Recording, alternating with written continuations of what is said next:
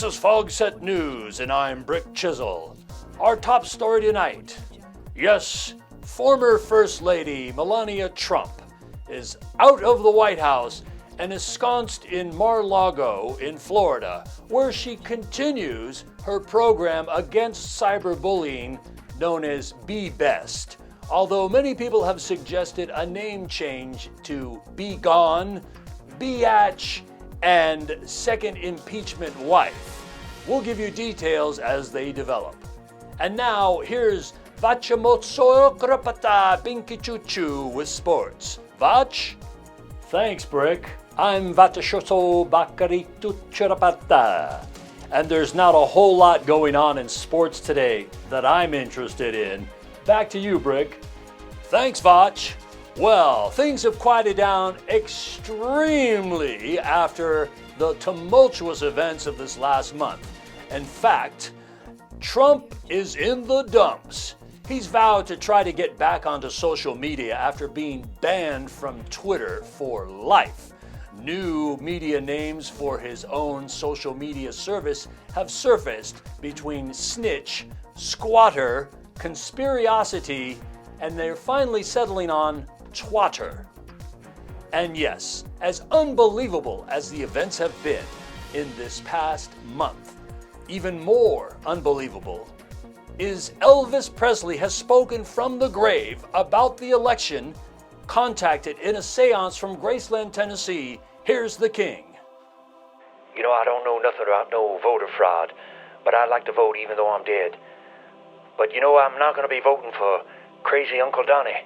He'll drive the whole country off the cliff. Instead, I'm going to go with Sleepy Joe. He may scrape a few guardrails on the way, but he's going to get us all home. Say, man, you pass me some of them deep-fried mayonnaise things, huh?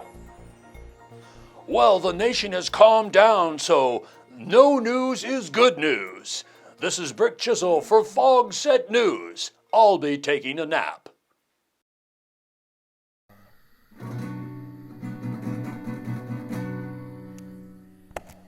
Cholito, the piñata was an amigo of mine. Rosito, one Cholito, the piñata. Don't go to the stick-waving festival tonight.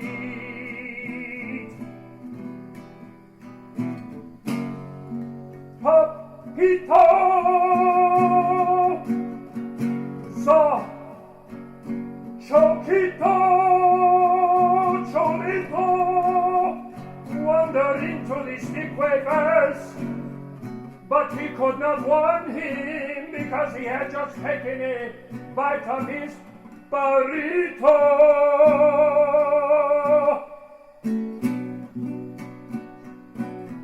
Super pollo with everything on it, extra sauce. Poquito, por favor. Brave Cholito, the piñata.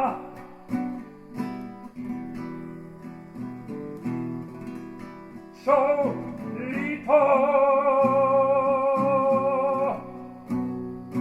was cabeza de toro, bull-headed, even though he was only made of cardboard and glue and bright curly tissue paper, but he was filled with courage and delicious candies. Brave Cholito, the piñata. The stick wavers laughed when they hit Cholito. They were vicious, to tell you the truth.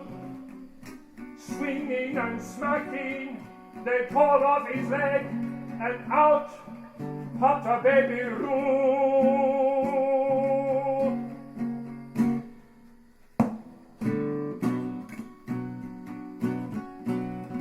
Cholito, Cholito,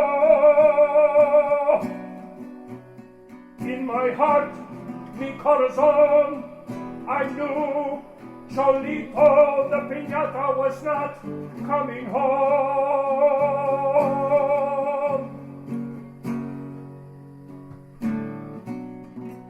The stick swingers laughed as they smacked and they smacked for Cholito.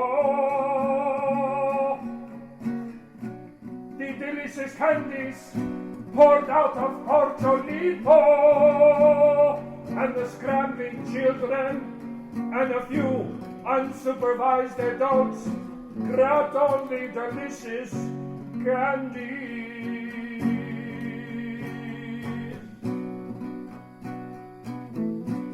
Cholito, don't go to the stick-waving festival tonight.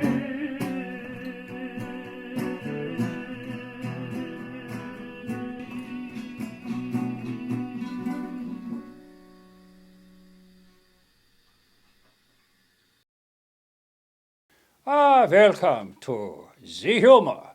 I'm Professor Heinrich Stumpf, and today we are going to examine when the joke does not go over, also known as bombing. Yeah, very painful. When a jokester or a comedian is telling a joke, he expects a response. Most likely a laugh, but even a groan will do. But if the joke goes flat and no one responds, or worse, they start throwing things at him, he knows he is bombing. Humph. And the comedian must be strong. He must say, "Oh, you did not like that one." But inside he is dying.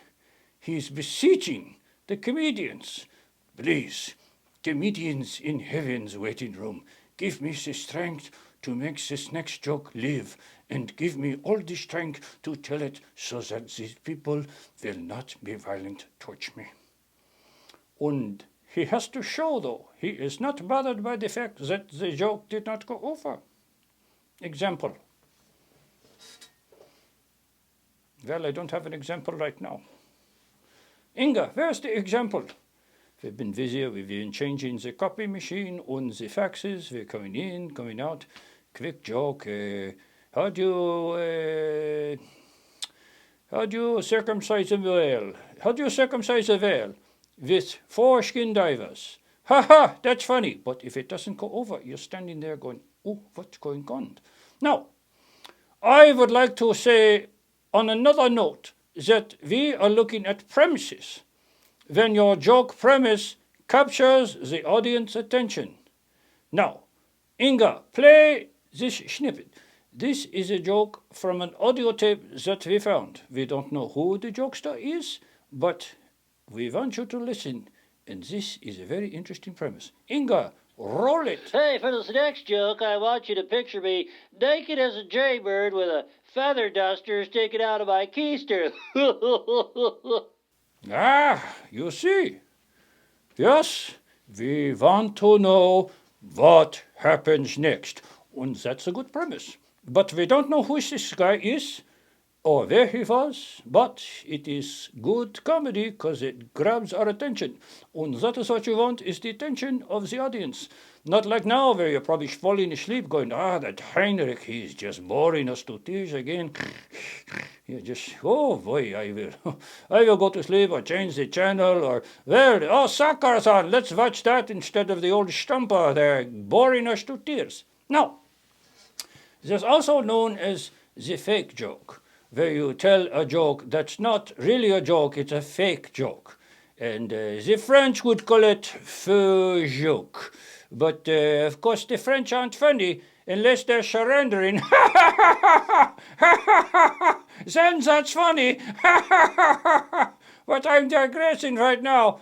The jokes, and all politics aside, a joke must capture the imagination of the audience and deliver the punchline, boom, so they go, aha, and that's funny, and start laughing, right? And we'll give you this example right now as soon as Inga gets it to me. What is going on with the fax machine? I thought you had these jokes coming in. All right, quick joke. This is known as a drug joke. Okay. Why do they know that Fred Flintstone was smoking crack? Because he lived in a rock house. See, that's funny, especially if you're familiar with the crack smoking. Which I hope you're not. I hope you're studying hard with the comedy. All right, that's all we have for today. But we want to thank you for tuning in to The Humor with Professor Heinrich Stumpf. Auf Wiedersehen!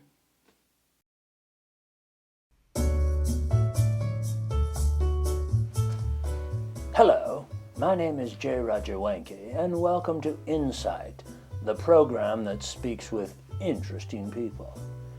Today my guest is an uninformed voter who wants to know how the current political situation happened. Please welcome Nimrod Zixer. Nimrod, welcome to the show. What happened? While it's such a short time to go through the entire political history of this country, let me just say that currently the political situation is in turmoil, and hopefully we've reached a level of peace and prosperity that can be brought into manageable governance rather than the highly reactive state that we've suffered from for the last 4 to 5 years. What happened? Well, the last presidential election from 2016 had a lot of red flags in hindsight we saw. Number one, a Democratic candidate, Hillary Clinton, who was not well liked, although politically connected. She went against an outsider, Donald Trump, who played to the rural folks and gave them the populist chants that he encouraged, and those were also abetted by Fox News, which saw him as a newsworthy candidate. Russia also got involved, saying, we can back this person. He seems like someone we can manipulate. What happened? The Democratic candidate, Hillary Clinton, couldn't even connect with women of her party, much less the rural, disaffected white male. Donald Trump seemed to connect with them and played to their base fears about racism and economic hardship, claiming that he would clean up the swamp that was Washington and represent them. What happened? Trump was abetted by Fox News, which hammered away at Hillary Clinton over minor discrepancies while promoting his candidacy as the one. And he was also had the Russians involved in sort of manipulations through social media, Facebook and whatnot. And of course, this was a surprise on election night when he in fact won, although not by popular vote. The Electoral College decided to go with him as the conservative movement wanted revenge for the past 8 years of Obama. What happened? Trump, pugnacious by nature, was not a good governor, but he knew how to rile up folks. And the series of government officials who cycled through his White House is one of the longest laundry lists of officials who have come and go, a revolving door, if you may.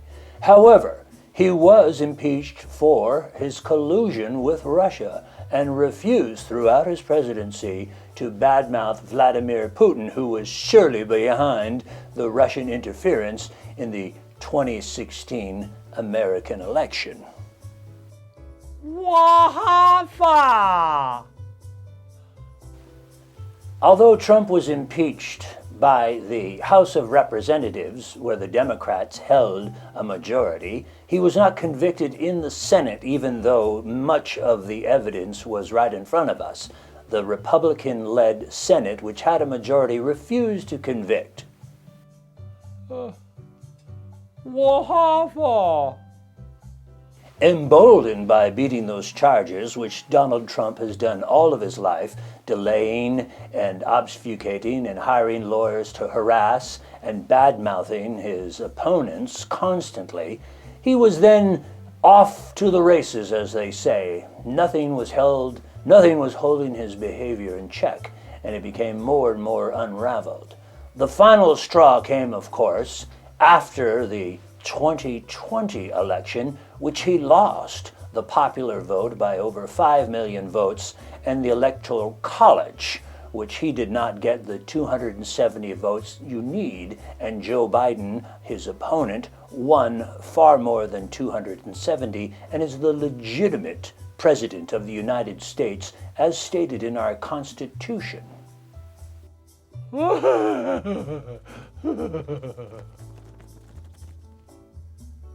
If all this seems like a lot of gobbledygook, just imagine what the Trump supporters have been fed for the last 4 to 5 years as they refuse to believe the election was fair and there was no evidence of fraud. However, Trump hammered away on Republican administrators as well, saying that the election was fraudulent. He was robbed of votes when in fact he lost. And the fact is that he refuses to admit that he is a loser. Wahafa! The episode, January 6th at the Capitol, where he riled up the crowd of white angry men who were parts of conspiracy militias, including members of the police and armed forces, then decided that they would storm the Capitol, demanding some sort of answers, when in fact the answer is they lost. And they refused to accept it, many of them busting into the chamber, waving Confederate flags and anti-Semitic and certainly racist tropes as they thrashed away at the Capitol, and the congressmen and senators had to flee for their lives and locked out, only protected by the brave actions of some of our Capitol police, who kept them safe and kept the protesters and the rioters and the seditionists, if you will, at bay. Wahapa! I know this is a lot of information and analysis for you to take in, so what do you say we just get an ice cream? This is J. Roger Wanke for Insight. Thanks for watching. I really want to sleep with you. I can't sleep with you. Why not? Because I want to keep you as a friend. But I told want you to we sleep can't. with you. We can't be friends. Why and is that sleep again? Together. Then we'd be lovers. Well, let me sleep with you as a friend, and I'll comfort Because if you we sleep together, afterwards. then you'd leave me. Why not? I have abandonment issues. If I sleep with you as a friend, I'll come back. Everyone else has. Can't you No. leave them? Me. Left their abandonment issues. That's not what I'm talking about. I know you. I don't want to talk about it. What are you talking about? You're right. You're not listening. Let's sleep on it together as friends. Shh. You're getting very sleepy. Get undressed, amigo.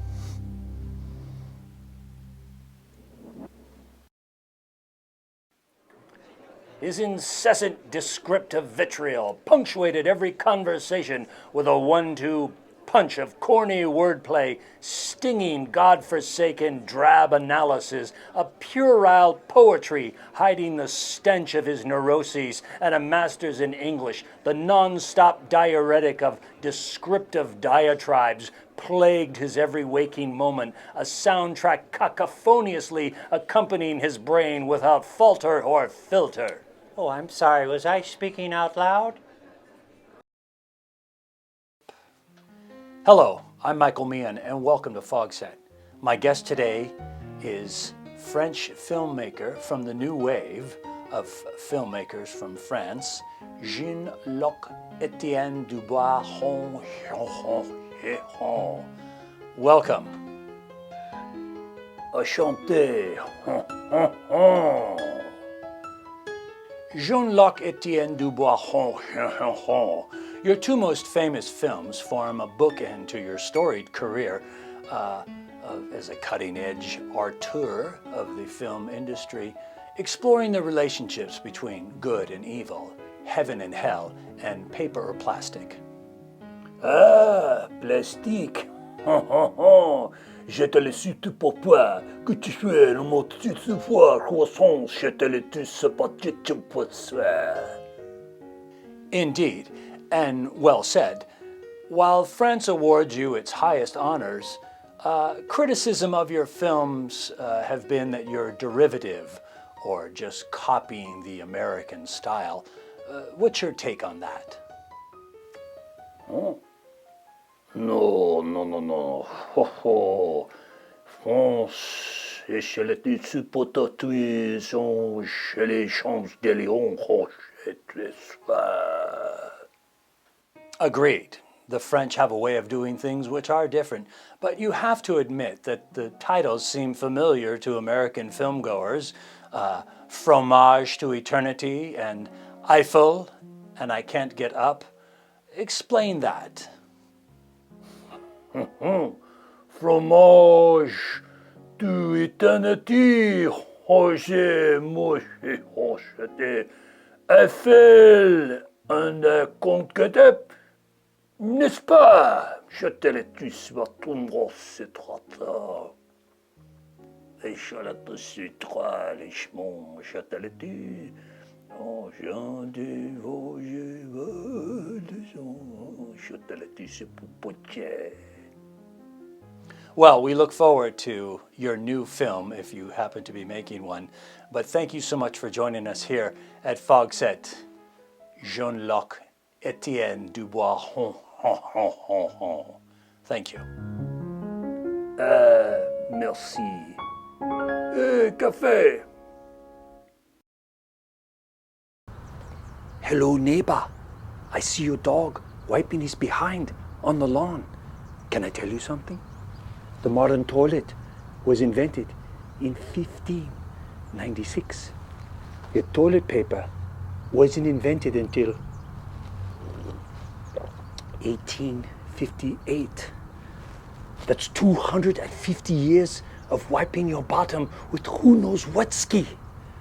I want answers. That's all I'm saying. Find out. Talk to me tomorrow. Bye-bye.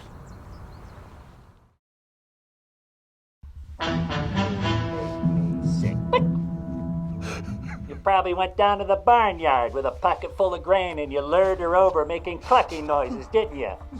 And then when she got close, you grabbed her by the neck and you snapped it, didn't you? Back! You sicko. But you weren't satisfied with that, were you? No. You had to pluck every feather off her, you sicko. So she was naked. And then what did you do, huh? Then what did you do? Back! You rubbed olive oil all over her and put some rosemary on her. And then you stuffed breadcrumbs and raisins into her, didn't you? And you put her in the oven for $3.50 for an hour. You cooked her, didn't you? But and when she was done, you weren't satisfied, were you? No. You pulled her out. And you and your family ate her. You ate her. And then, trying to get rid of the evidence, you took her bones and you put it into a pot with water and onions, and you made soup. You make me sick. Get this scum out of my sight. Oh, Lord.